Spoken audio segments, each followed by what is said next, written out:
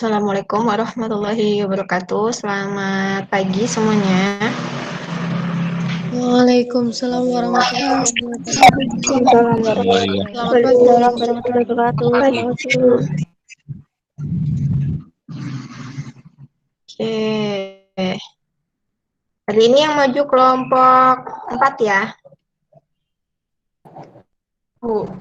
Kelompok 4-nya. Oke. Kelompok 4-nya sudah siap? Sudah hadir semua anggotanya? Kelompok 5, Bu. Sorry. Oke, kelompok 5 sudah hadir semua?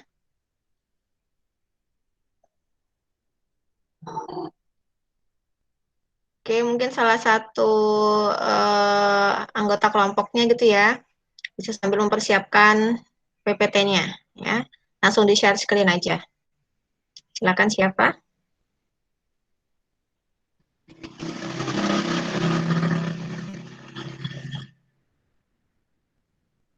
Sudah hampir full ya, 38 mahasiswa. Mungkin nanti akan ada beberapa yang masih menyusul gitu.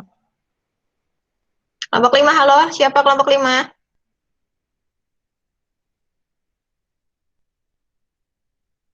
Oke. Ya Mbak, Mas, kalau saya tanya, itu tolong dijawab ya. Tujuannya apa? Saya tahu kalau koneksi kita tuh masih terhubung. Nesting, udah ngomong ngalor ngidul, ternyata koneksinya mutus. Tuh, akhirnya saya harus ngomong lagi. Tuh ya. Oke, kelompok 5 kalau sudah siap bisa langsung dipresentasikan ya. Silakan pada kelompok 5.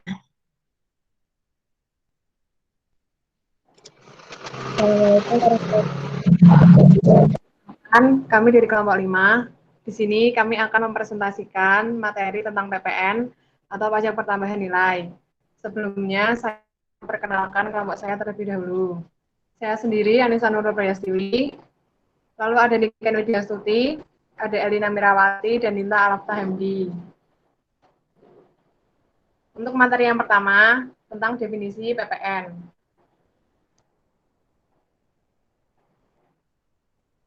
Next PPT-nya. Definisi PPN, pajak pertambahan nilai atau PPN adalah pungutan yang dibebankan atas transaksi jual beli barang dan jasa yang dilakukan oleh wajib pajak pribadi atau wajib pajak badan yang telah menjadi pengusaha kena pajak atau PKP. Jadi yang berkewajiban memungut, menyetor, dan melaporkan PPN adalah para pedagang atau penjual. Namun pihak yang berkewajiban membayar PPN adalah konsumen akhir. PPN atau pajak pertambahan nilai dikenakan dan disetorkan oleh pengusaha atau perusahaan yang telah dikukuhkan sebagai pengusaha kena pajak atau PKP. Namun beban PPN tersebut ditanggungkan oleh konsumen akhir sejak 1 Juli 2016.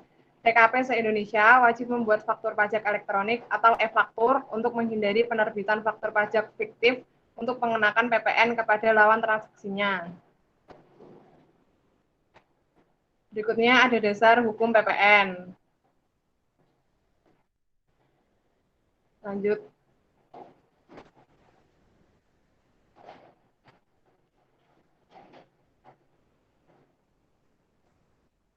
Next.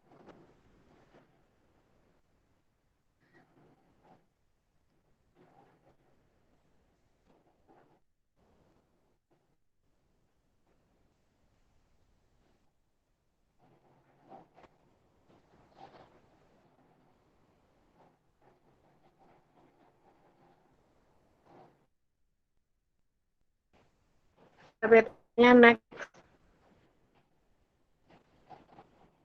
Yang pertama, Undang-Undang Nomor 8 Tahun 1983.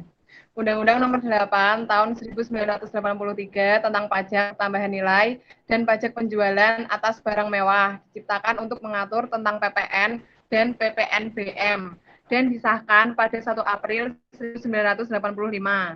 Yang kedua, Undang-Undang Nomor 18 Tahun 2000.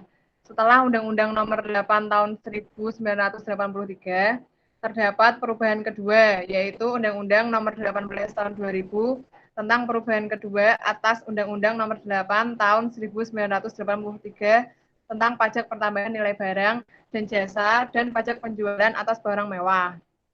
Perubahan ini dilakukan dengan tujuan untuk menciptakan sistem perpajakan yang tepat untuk masyarakat, juga untuk meningkatkan penerimaan negara. Yang ketiga ada Undang-Undang Nomor 42 Tahun 2009.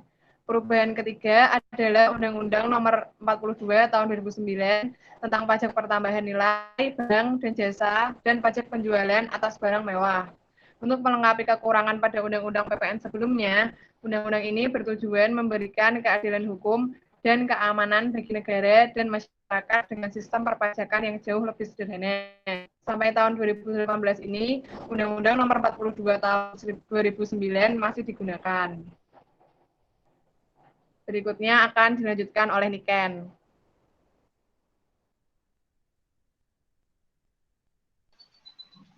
Yang ketiga ada mekanisme PPN.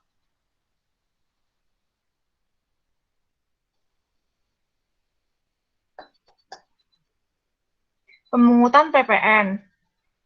Ada PPN rekanan, pemungutan PPN, pengarahan BKP atau JKP, tagihan faktur pajak SSP, lalu ada pemungutan PPN, setor PPN, kas negara.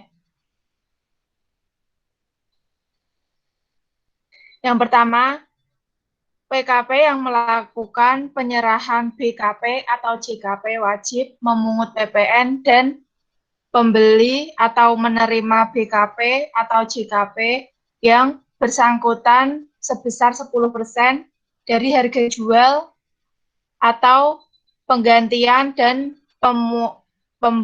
membuat faktur pajak sebagai bukti pemungutannya. 2. PPN yang tercantum dalam faktur pajak tersebut merupakan pajak keluaran bagi PKP penjual, BKP atau JKP, yang sifatnya sebagai pajak yang harus dibayar atau utang pajak.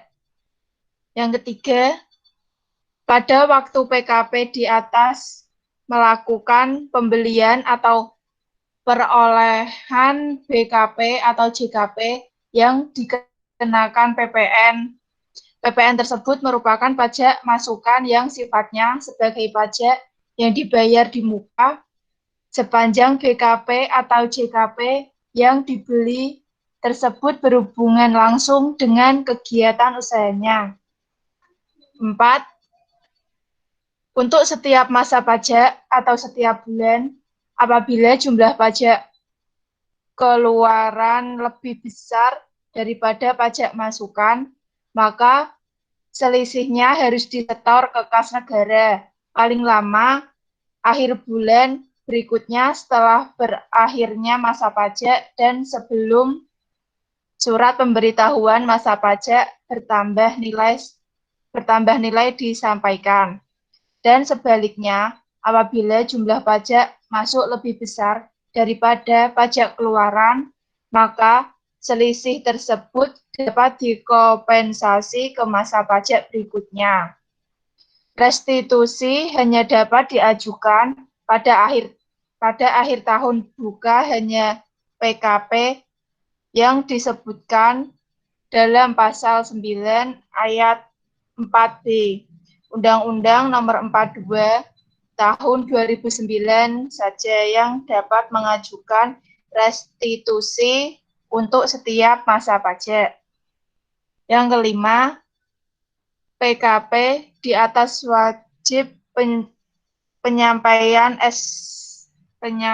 SPT masa PPN setiap bulan ke kantor pelayanan pajak terkait paling lama akhir bulan berikutnya setelah berakhirnya masa pajak. Selanjutnya akan dibacakan oleh Linta.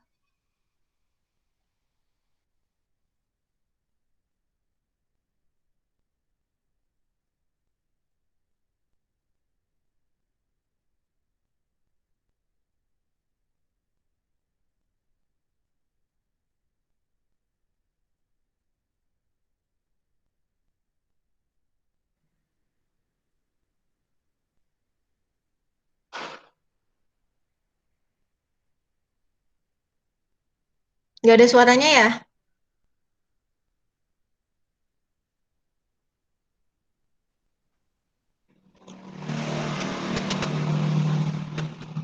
Selanjutnya,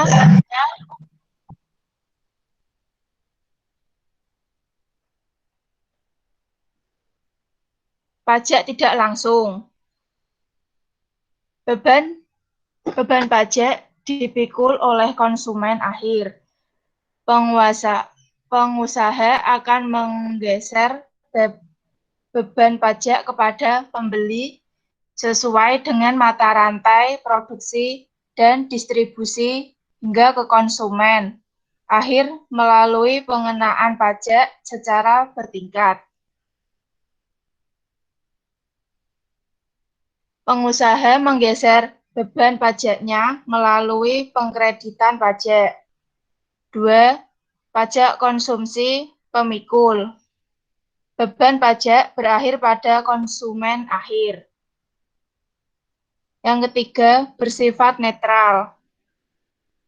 Pengenaan PPN didasarkan pada destination principle dan hanya dikenakan atas nilai tambahnya saja.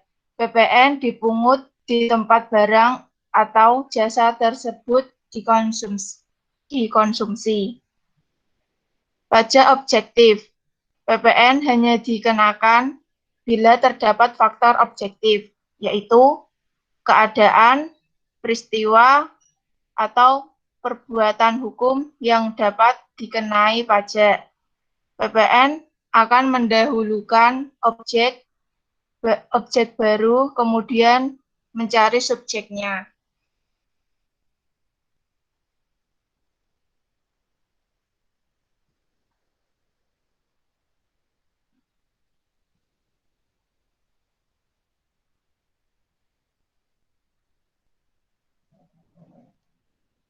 Selanjutnya akan dibacakan oleh Elina. Selanjutnya subjek PPN. Next.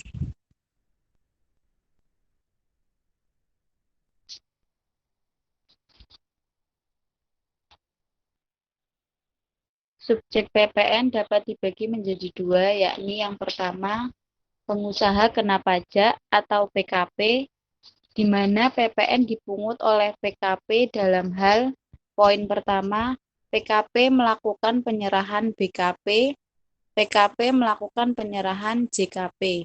Poin kedua, PKP melakukan ekspor BKP, ekspor BKP tidak berwujud, ekspor JKP. Yang kedua, non-PKP, di mana PPN akan tetap terutang meski yang melakukan kegiatan bukanlah berstatus PKP dalam hal, poin pertama, impor BKP, poin kedua, pemanfaatan BKP tidak berwujud dari luar daerah pabean di dalam daerah pabean. Yang ketiga, pemanfaatan JKP dari luar daerah pabean di dalam daerah pabean. Yang terakhir, melakukan kegiatan membangun sendiri sementara. Next. Keenam, objek PPN. Next.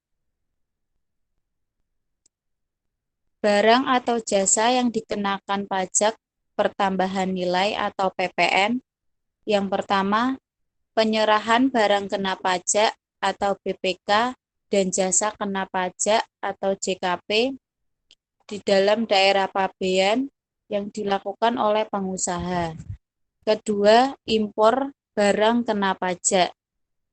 Yang ketiga, pemanfaatan barang kena pajak tidak berwujud dari luar daerah pabean di dalam daerah pabean. Yang keempat, pemanfaatan jasa kena pajak dari luar daerah pabean di dalam daerah pabean. Yang kelima, ekspor barang kena pajak berwujud atau tidak berwujud dan ekspor jasa kena pajak oleh pengusaha kena pajak atau PKP. Yang keenam, kegiatan membangun sendiri bangunan dengan luas lebih dari 200 meter persegi yang dilakukan di luar lingkungan perusahaan dan atau pekerjaan oleh seseorang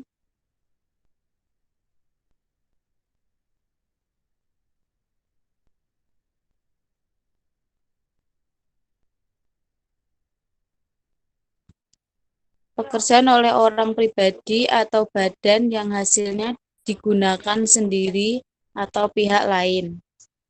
Yang ketujuh, penyerahan aktiva yang menurut tujuan semula tidak untuk diperjualbelikan sepanjang pajak masukan yang dibayar pada saat perolehan aktiva tersebut boleh dikreditkan.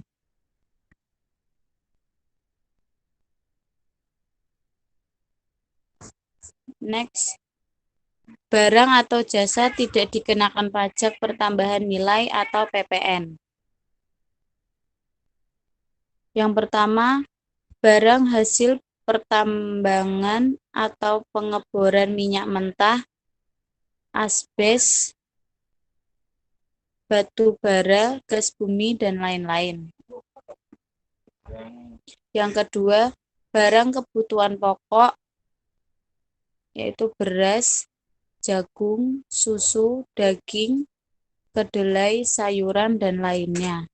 Yang ketiga, makanan dan minuman yang disajikan di rumah atau restoran. Yang keempat, uang dan emas batangan. Yang kelima, jasa pelayanan medis,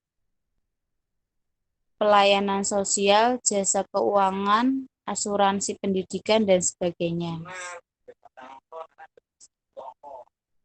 Next.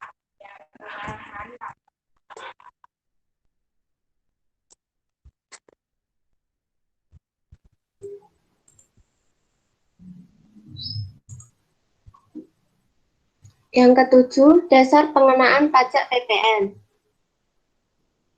A. Harga jual. Harga jual merupakan nilai dari semua biaya yang diminta atau yang seharusnya diminta oleh penjual karena penyerahan suatu barang kena pajak. B. Penggantian. Penggantian yang dimaksud adalah nilai uang dari semua biaya yang diminta atau yang seharusnya diminta oleh pemberian jasa karena penyerahan jasa kena pajak. C. Nilai impor. Nilai impor merupakan nilai uang yang menjadi dasar untuk perhitungan biaya masuk ditambah pungutan lain yang dikenakan pajak sesuai Undang-Undang Pabean untuk impor barang kena pajak.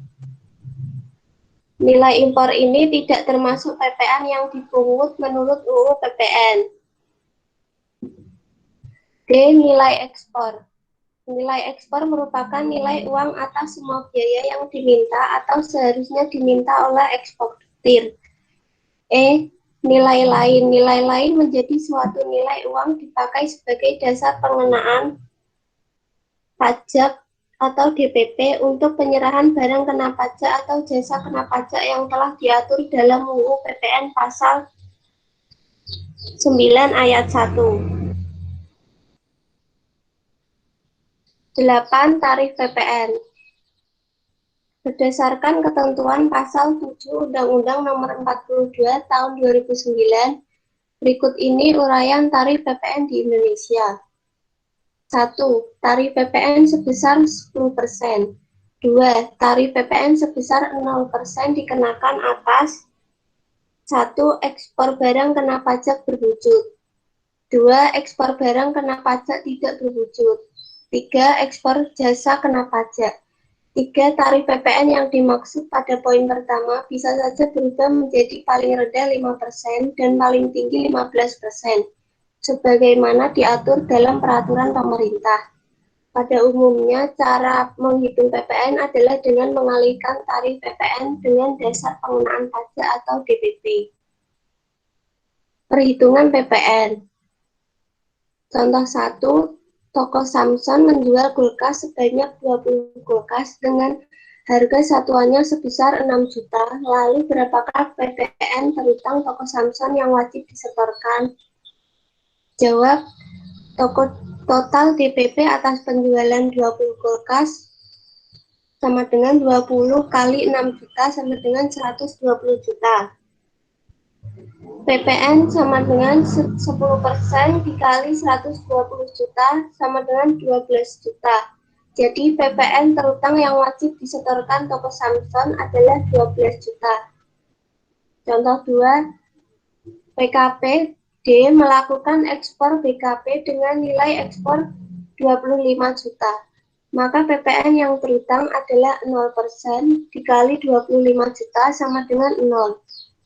PPN sebesar R0 ini merupakan pajak keluaran yang dibayar oleh PKPD. Sekian presentasi dari kelompok kami. Wassalamualaikum warahmatullahi wabarakatuh. Waalaikumsalam warahmatullahi wabarakatuh. Ya, Waalaikumsalam ya. Terima kasih pada kelompok 5 ya, kelompok 5 atas presentasinya. Kemudian untuk PPT-nya jangan di close dulu ya, Mbak Linta, sambil nanti bisa dibuka-buka lagi.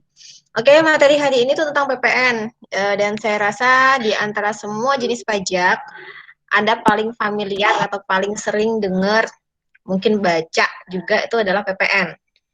Sampai di sini mungkin adakah yang masih belum pernah sama sekali dengar istilah PPN? Baru hari ini gitu maksudnya ngerti PPN? Ada? Enggak ya? Anda sering ke Indomaret Alfamart? Belum pernah juga? Pernah. Kalau makan-makan biasanya di mana? Yang makannya agak hits-hits gitulah. Jangan bilang di warteg ya, kalau di warteg nggak ada struknya. Ayo, di mana pernah kemana kalau makan?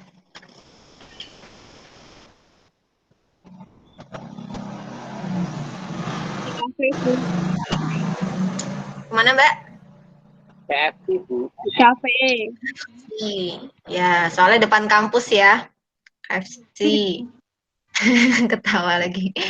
Ya, jadi tempat-tempat seperti itu ya, kayak Alfamart, Indomaret. Kalau Anda, biasa sih cewek sih yang suka detail, tapi nggak tahu juga ya.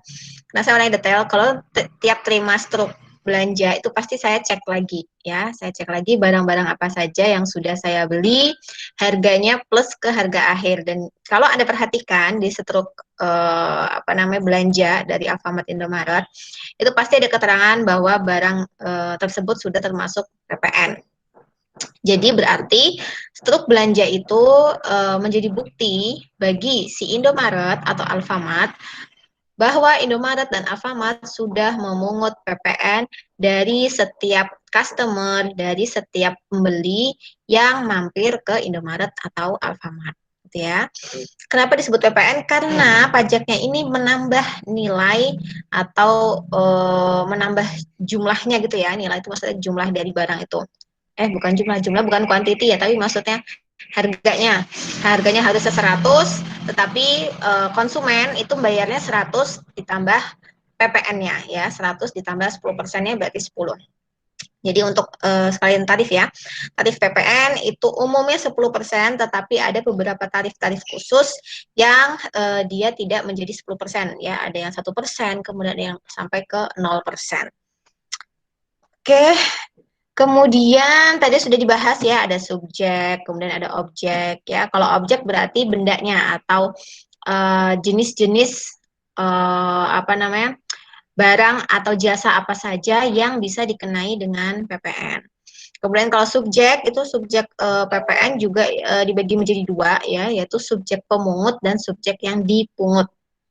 Subjek pemungut berarti yang melakukan pungutan atau yang melakukan yang punya hak, punya kuasa untuk mengambil pajak dari orang yang melakukan transaksi dengan kita. Gitu. Sementara untuk subjek yang dipungut, berarti dia yang harus mengeluarkan uang untuk membayar PPN-nya gitu ya. Jadi kalau tadi kita apa namanya kita analogikan dengan kita belanja di Indomaret, Alfamart, berarti Anda itu sebagai atau kita ya sebagai pembeli itu sebagai subjek yang dipungut ya. Sementara si Indomaret, Alfamart itu sebagai subjek pemungut ya, yang berarti dia menerima semua pembayaran pajak PPN ya. Pajak PPN setiap pembeli melalui si Indomaret. Kemudian nanti Indomaret itu harus bertanggung jawab kepada pajak dengan cara melaporkan semua bukti struknya, semua bukti apa namanya pembayaran ya atau semua bukti penjualan yang dilakukannya kepada kantor pajak disertai dengan penyetoran ya, penyetoran ke kas negara. Makanya tadi kurang ya Mbak ya menurut saya, untuk coba bisa ditampilin slide alur PPN. Nah, tadi tuh ini tuh alurnya sangat bagus, tetapi hanya dibaca saja, tidak diterangkan arah dari masing-masing panah itu fungsinya apa. Cuman sekedar memungut, ada PKP rekanan, ada pemungut PPN, setor PPN kas negara lah itu kan. Ini semua ada panahnya ya, ada panahnya berarti ini ada maknanya. Lah maknanya seperti apa sih gitu loh.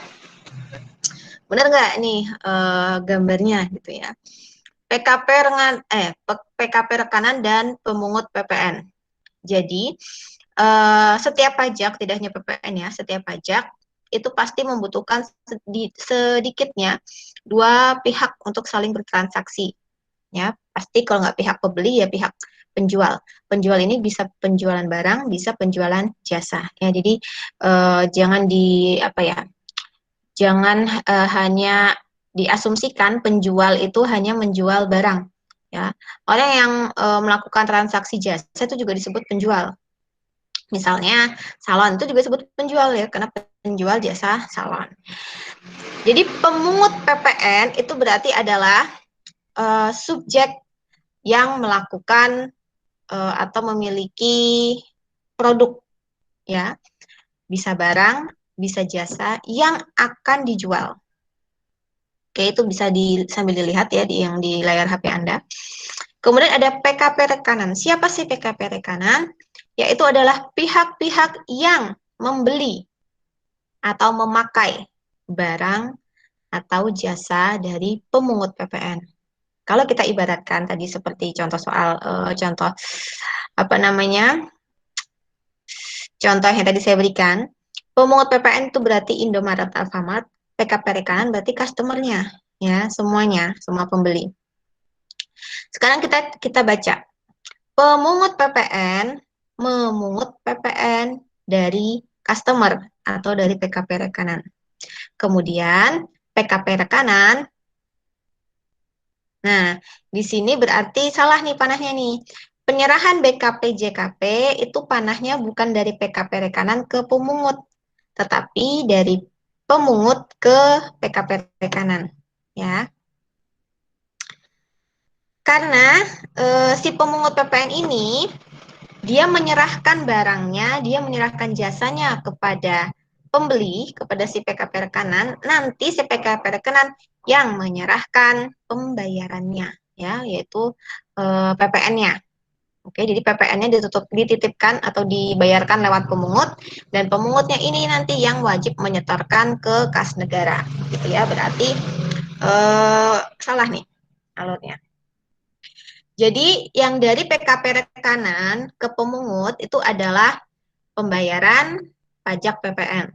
Ya, pembayaran pajak PPN harus dipungut oleh si pemungut. Kemudian dari pemungut nanti dia sendiri yang menyetorkan ke kas negara. Yang berarti Indomaret, Alfamart itu yang mengumpulkan semua pajak PPN dari setiap pelanggan yang datang. Kemudian Indomaret dan Alfamart yang menyetorkan ke kas negara. Kita nggak bisa, kita tidak punya akses untuk bayar PPN ketika kita belanja di Indomaret itu ke kas negara. Kita nggak punya akses. Yang punya akses siapa? Ya si Indomaret itu. Makanya kita bayar PPN lewat Indomaret. Indomaret yang menyampaikan ke kas negara, seperti itu ya. Jadi di sini seharusnya, yang tanda panah bawah ini ya, warna biru melengkung itu Yang diserahkan dari PKP rekanan ke pemungut itu adalah uang ya, uang bayar PPN-nya gitu ya, uang bayar PPN-nya. Kemudian dari pemungut ke PKP rekanan itu dia menyerahkan faktur pajak. Ya, faktur pajak, BKP, JKP, kemudian SSP juga ya. Kalau apa namanya? Kalau PKP rekanannya itu juga memiliki NPWP. Kalau nggak memiliki NPWP, maka biasanya nanti buktinya hanya berupa faktur gitu ya. Jadi dalam faktur nanti dia memuat ada namanya kolom PPN. Oke, jadi seperti itu. Kemudian kalau objek yang menjadi dasar pemungutan PPN atau DPP itu ada berbagai macam ya. Coba Mbak bisa ditampilin slide objeknya. Dan masing-masing objek itu mungkin memiliki tarif PPN yang berbeda-beda. Tetapi umumnya tarif PPN adalah 10%. Itu adalah tarif umum, kecuali untuk hal-hal tertentu tadi sudah disampaikan, kalau nggak salah ya, ada tarif ekspor ya. Kita sampai saat ini tarif ekspor itu masih 0%. Kemudian ada juga apa namanya? Impor barang gitu ya, impor barang yang tarifnya juga 0%. Jadi dia seharusnya kena PPN 10%, tetapi dia tidak dikenakan PPN 10% ya, bahkan bisa sampai 0%. Kenapa? Itu biasanya hanya untuk barang-barang yang memang dibeli oleh pemerintah untuk kepentingan mendesak ya, dan untuk kepentingan masyarakat Indonesia pada umumnya gitu. Maksudnya untuk kepentingan orang banyak gitu, tidak untuk satu golongan saja, tapi untuk benar-benar untuk seluruh rakyat Indonesia. Misalnya pernah pas di tahun berapa itu saya lupa ya, pengadaan vaksin waktu itu ada KLB polio apa atau apa ya, pokoknya ada kejadian luar biasa dan itu butuh penanganan sangat cepat gitu ya, butuh penanganan yang benar. Jadi pengadaan atau impor vaksin saat itu tarif PPN-nya 0% gitu ya, karena untuk kebutuhan bukan untuk kalangan tertentu tapi untuk semuanya. Oke, ya jadi seperti ini. Ini ada beberapa barang ya dan atau jasa yang dikenai PPN. Jadi ingat, PPN itu tidak hanya dikenakan atas barang yang dijual tapi juga terhadap jasa yang dijual. Gitu ya. Kemudian apa lagi Mbak? Coba Mbak, next Mbak. Ini barang-barang yang tidak, oh ya nih, ada barang-barang yang tidak dikenai PPN ya. Paling umum adalah barang-barang sembako. Itu paling umum banget, sembako 9 bahan pokok ya, tahu ya. Terus sayur mayur itu juga enggak. Kenapa? Karena itu kalau sampai dikasih pajak PPN, kira-kira sampai ke tangan kita harganya berapa? Sayur yang mungkin dari apa namanya petani gitu ya, harganya 500 seikat. Kemudian dijual ke tengkulak tambah Rp50 kan PPN 550. Kemudian dijual ke agen 1 misalnya gitu. Ditambah PPN lagi. Bisa jadi sampai ke tangan kita sayur yang harganya 500 itu bisa sampai 5.000 gitu. Karena PPN ini dia sifatnya akan terus menaik sampai ke tingkat konsumen akhir ya. Misalnya dari si produsen sampai ke konsumen itu melewati 5 tahap. 5 jalur gitu atau 5 pihak gitu ya. Dan masing-masing pihak ini dia ada tarif PPN-nya. Dan PPN-nya pasti beda jumlahnya dengan PPN yang dikenakan di pihak pertama. Jadi semakin ke sini, semakin ke akhir, semakin ke tingkat konsumen akhir itu pasti nilai PPN-nya juga akan semakin tinggi. Makanya untuk bahan-bahan pokok kebutuhan sehari-hari, telur, beras, kemudian tepung ya, minyak, khusus untuk tepung minyak ini yang tidak ini ya, yang tidak bermerek jadi kayak curah gitu. Terus daging ya, ikan, sayur mayur gitu, buah-buahan itu semua tidak ada PPN-nya. Kalau Anda mungkin yang tinggal di Semarang, Anda belanja di Superindo, ya coba dicek struknya, pasti ada paling bawah keterangannya tuh barang non PPN gitu ya. Jadi jumlah pembelian kita itu nanti ada beberapa barang yang non PPN gitu. Jadi PPN yang dibayarkan itu tidak sejumlah atau tidak 10% dari harga beli kita ya, karena ada beberapa barang yang tidak kena PPN-nya. Kemudian di situ juga ada jasa pelayanan medis, jasa pelayanan sosial, keuangan, pendidikan dan lain-lain.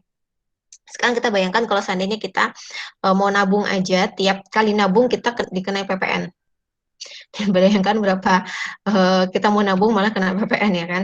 Terus jasa pelayanan medis ya, kita ke dokter dikenai PPN tambah pajak 10%, itu kan juga memberatkan. Makanya untuk jasa-jasa seperti ini juga dibebaskan dari PPN ya. Kemudian untuk tarif, coba Mbak buka tarifnya Mbak, slide tarif. Ya, nih ya, ini tarif tolong dihafalkan ya, karena tarifnya mudah sekali menghafalkannya. Tarif umum itu hanya 10% ya, PPN itu pasti umumnya 10%, nggak mungkin nggak 10%, kecuali untuk beberapa tarif yang dikecualikan, misalnya kayak gitu, ada ekspor, itu 0%, kemudian,